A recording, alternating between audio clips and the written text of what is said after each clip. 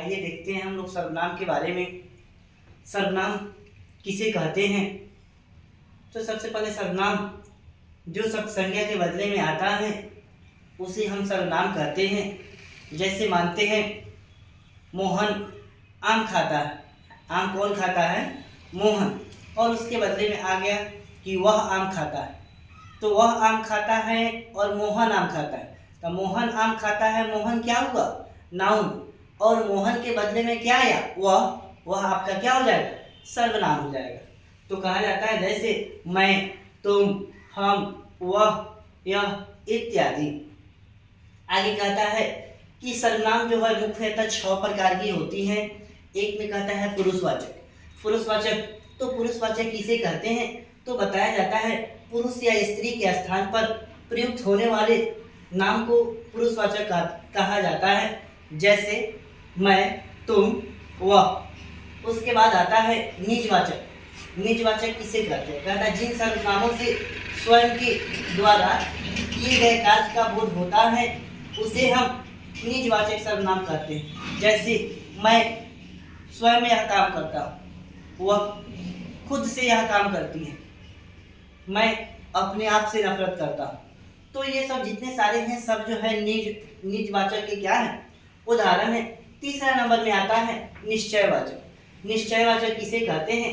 तो निश्चयवाचक के संदर्भ में आता है जिन सर्वनामों से किसी निश्चित वस्तुओं के होने का बोध होता है उसे हम निश्चयवाचक सर्वनाम कहते हैं। जैसे यह, वह, वे इत्यादि जो होता है सब निश्चयवाचक होता है। जैसे मोहन आम खाता है। आम कौन खाता है? मोहन। निश्चित है।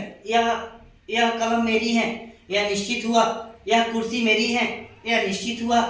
यह बोर्ड मेरा है, यह निश्चित हुआ। तो ये सब जो है किसका है? निश्चयवाचक का। आगे कहता है अनिश्चयवाचक। कहता है जिन सर्वनामों से किसी निश्चय वस्तु के होने का बोध न होता है उसे हम अनिश्चयवाचक कहते हैं। जैसे कुछ, कोई इत्यादि। जैसे हम लोग कहते हैं कुछ खा लो, तो क्या खा लो? तो कुछ खा लो। यह निश्चित नहीं हुआ। कहता है कोई आ रहा है, तो कौन आ रहा है? कोई आ रहा है। यह कोई निश्चित नहीं हुआ कि कौन आ रहा है कि नहीं आ रहा है। उसके आगे कहता है संबंधवाचक। संबंधवाचक कहता है जिन सर्वनामों से किसी के संबंध होने का बोध होता है और उसका पहला वाक्य दूसरे वाक्य पर क्या होता है? आधारित होता है, उसे हम संबंधवाचक कहते हैं। जैसे जो, सो, जिसकी, जैसा, वैसा। जैसे हम लोग कहते हैं जिसकी लाठी उसकी भैंस। तो देखिए जिसकी किस कहता है दोनों वाक्य से, जिसकी लाठी उसकी भैंस। तो कहता है लाठी का संबंध किससे है? जिसकी से है। और भैंस का संबंध उसकी से है कि जिसकी लाठी उसकी भैंस। और कहता है जैसा करनी वैसा फल। तो ठीक उसी प्रकार का ये आपका किसमें आता है? संबंधवाचक में आता है। आगे कहता है प्रश्नवाचक।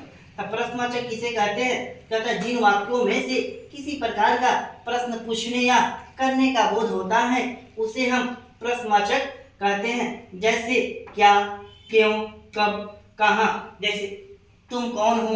या प्रश्न हुआ। वह क्या खाना बना रही है? प्रश्न हुआ। आप कहाँ जा रहे हैं? प्रश्न हुआ। ये सब जो है प्रश्नवाचक संज्ञा होते हैं।